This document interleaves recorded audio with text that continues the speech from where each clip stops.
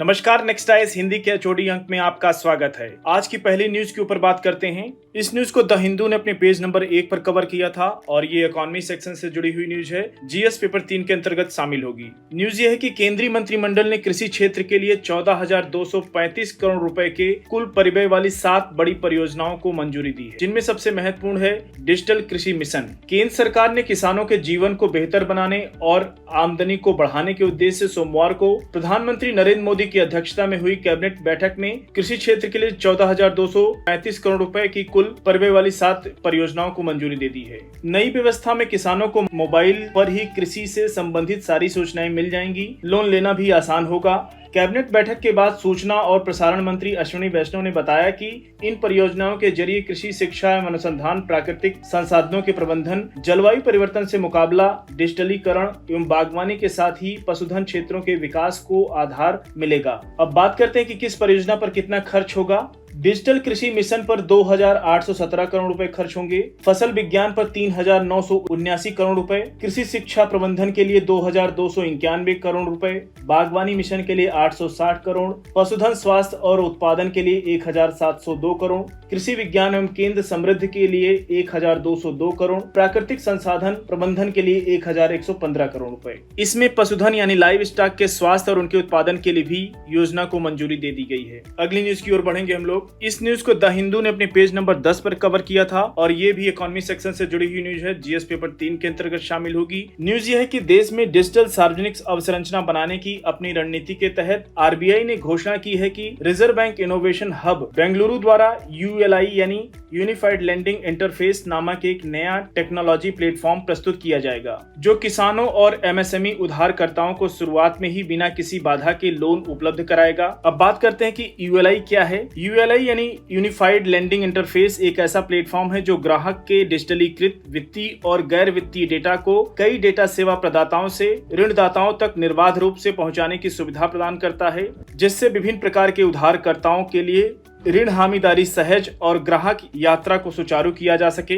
अगली न्यूज की ओर बढ़ेंगे हम लोग। इस न्यूज को भी द हिंदू ने कवर किया था अपने पेज नंबर 12 पर। गवर्नेंस सेक्शन से जुड़ी हुई न्यूज है। जीएस पेपर 2 के अंतर्गत शामिल होगी। न्यूज ये है कि केंद्र ने 3 वर्ष की अवधि के लिए 23वें लॉ कमीशन यानी विधि आयोग के गठन को अधिसूचित किया है और इसका कार्यकाल 31 अगस्त 2027 तक होगा, 23वें वित्त आयोग का। और इसमें पूर्णकालिक अध्यक्ष एवं सचिव सहित कुल 4 सदस्य होंगे, जिसमें सर्वोच्च न्यायालय और उच्च न्यायालय के कार्यरत न्यायाधीश को इसका अध्यक्ष और सदस्य नियुक्त करने का प्रावधान है। 22वें लॉ कमीशन यानी विधि आयोग का कार्यकाल 31 अगस्त को समाप्त हो गया है। भारतीय विधि आयोग एक नॉन स्टैट्यूटरी बॉडी यानी गैर सांविधिक निकाय है और इसका गठन भारत सरकार के विधि एवं न्याय मंत्रालय के विधि मामलों के डिपार्टमेंट की अधिसूचना द्वारा विधि के क्षेत्र में रिसर्च करने के लिए निश्चित संदर्भ शर्तों के साथ किया जाता है और आयोग अपनी संदर्भ शर्तों के अनुसार सरकार को रिपोर्ट के रूप में रिकमेंडेशन यानी सिफारिशें भी करता है। विधि आयोग ने विधि मामलों के विभाग, सर्वोच्च न्यायालय और उच्च न्यायालय द्वारा दिए गए संदर्भों पर विभिन्न विषयों को उठाया है और अभी तक 277 रिपोर्टें प्रस्तुत की हैं। अगली न्यूज की ओर बढ़ते हैं। इस न्यूज को द हिंदू ने कवर किया था अपने पेज नंबर 11 पर। साइंस एंड टेक सेक्शन से जुड़ी हुई न्यूज है। जीएस पेपर 3 के अंतर्गत शामिल होगी। न्यूज ये है कि आर्टिफिशियल इंटेलिजेंस यानी कृत्रिम बुद्धिमत्ता पर आधारित सहायक जैसे कि एप्पल का सिरी और अमेजन का एलेक्सा 1 दशक से भी ज्यादा समय से मौजूद है। आर्टिफिशियल इंटेलिजेंस सहायक को कई तरह से परिभाषित किया जा सकता है। अप्रैल 2024 की एक रिपोर्ट के अनुसार Google deep mind artificial intelligence सहायक को एक प्राकृतिक भाषा इंटरफेस वाले कृत्रिम एजेंट के रूप में परिभाषित करता है, जिसका कार्य यूजर यानी उपयोगकर्ता की ओर से एक या अधिक डोमेन में और यूजर की अपेक्षाओं के अनुरूप कार्यों के अनुक्रम की योजना बनाना और परफॉर्मेंस यानी निष्पादित करना है। अब बात करते हैं कि आर्टिफिशियल इंटेलिजेंस एजेंट क्या होते हैं। नेक्स्ट जनरेशन के आर्टिफिशियल इंटेलिजेंस सहायकों को आर्टिफिशियल इंटेलिजेंस एजेंट यानी AIA कहा जाता है और क्षमता के साथ साथ दक्षता में अपने पूर्ववर्तियों से आगे निकलने के लिए तैयार हैं। AIA को मोटे तौर पर 3 श्रेणियों में कैटेगराइज किया जा सकता है। प्रतिक्रियाशील एजेंट यानी नेक्स्ट जनरेशन के आर्टिफिशियल इंटेलिजेंस एजेंट हैं, जिन्हें विशिष्ट इनपुट या कमांड का जवाब देने के लिए विकसित किया गया है। सीखने वाले एजेंट मशीन लर्निंग द्वारा सक्षम थे, जो उन्हें अनुभव से सीखने में सक्षम बनाता था। संज्ञानात्मक एजेंट तर्क कर सकते हैं, विश्लेषण कर सकते हैं और योजना बना सकते हैं। AIA की वर्तमान पीढ़ी संज्ञानात्मक एजेंट है। ठीक है, अगली न्यूज की ओर बढ़ते हैं हम लोग। अगली न्यूज को द हिंदू ने कवर किया था अपने पेज नंबर 16 पर और आईआर सेक्शन से जुड़ी हुई न्यूज है, जीएस पेपर 2 के अंतर्गत शामिल होगी। न्यूज यह है कि बांग्लादेश की नई अंतरिम सरकार ने तीस्ता नदी के पानी के बंटवारे पर भारत के साथ बातचीत फिर से शुरू करने में रुचि व्यक्त की है ताकि एक सौहार्दपूर्ण समाधान खोजा जा सके।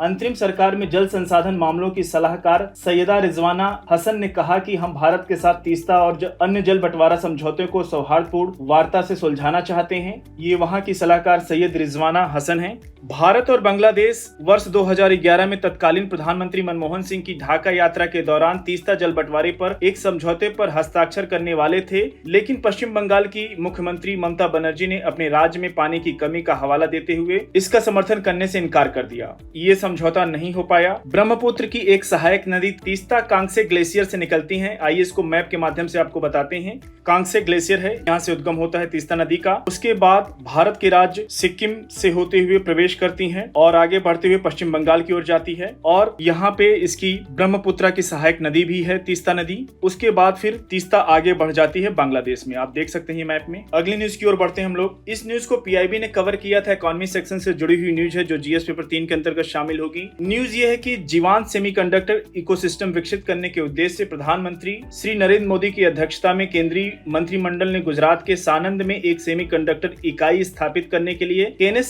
सेमिकॉन प्राइवेट लिमिटेड के प्रस्ताव को मंजूरी दी है। कैबिनेट ने इंडिया सेमीकंडक्टर मिशन यानी आईएसएम के तहत एक और सेमीकंडक्टर इकाई को मंजूरी दी। India semiconductor mission digital India corporation के भीतर एक विशेष और स्वतंत्र बिजनेस डिवीजन है जिसका उद्देश्य एक जीवांत सेमीकंडक्टर और डिस्प्ले इकोसिस्टम का निर्माण करना है ताकि भारत के इलेक्ट्रॉनिक्स मैन्युफैक्चरिंग और डिजाइन के लिए एक ग्लोबल हब यानी वैश्विक केंद्र के रूप में उभर सके। अगली न्यूज की ओर बढ़ते हैं हम लोग। इस न्यूज को पीआईबी ने कवर किया था। अब इकोनॉमी सेक्शन से जुड़ी हुई न्यूज है जो जीएस पेपर 3 के अंतर्गत शामिल होगी। न्यूज यह है कि केंद्रीय कृषि एवं किसान कल्याण मंत्री श्री शिवराज सिंह चौहान कल नई दिल्ली में एग्रीश्योर फंड और कृषि निवेश पोर्टल का शुभारंभ करेंगे। श्री चौहान विभिन्न श्रेणियों में शीर्ष प्रदर्शन करने वाले बैंकों और राज्यों को उनके प्रयासों की पहचान और सराहना करने के लिए एग्रीकल्चर इंफ्रास्ट्रक्चर फंड यानी कृषि अवसंरचना कोष उत्कृष्टता पुरस्कार भी प्रदान करेंगे। पुरस्कार समारोह में राज्य मंत्री और विभिन्न राज्यों और बैंकों के प्रतिनिधि भी शामिल होंगे। मंत्रालय ने कहा कि पुरस्कार समारोह अन्य बैंकों को अपना प्रदर्शन बढ़ाने के लिए मोटिवेट करेगा और योजना की समग्र सफलता में योगदान भी देगा।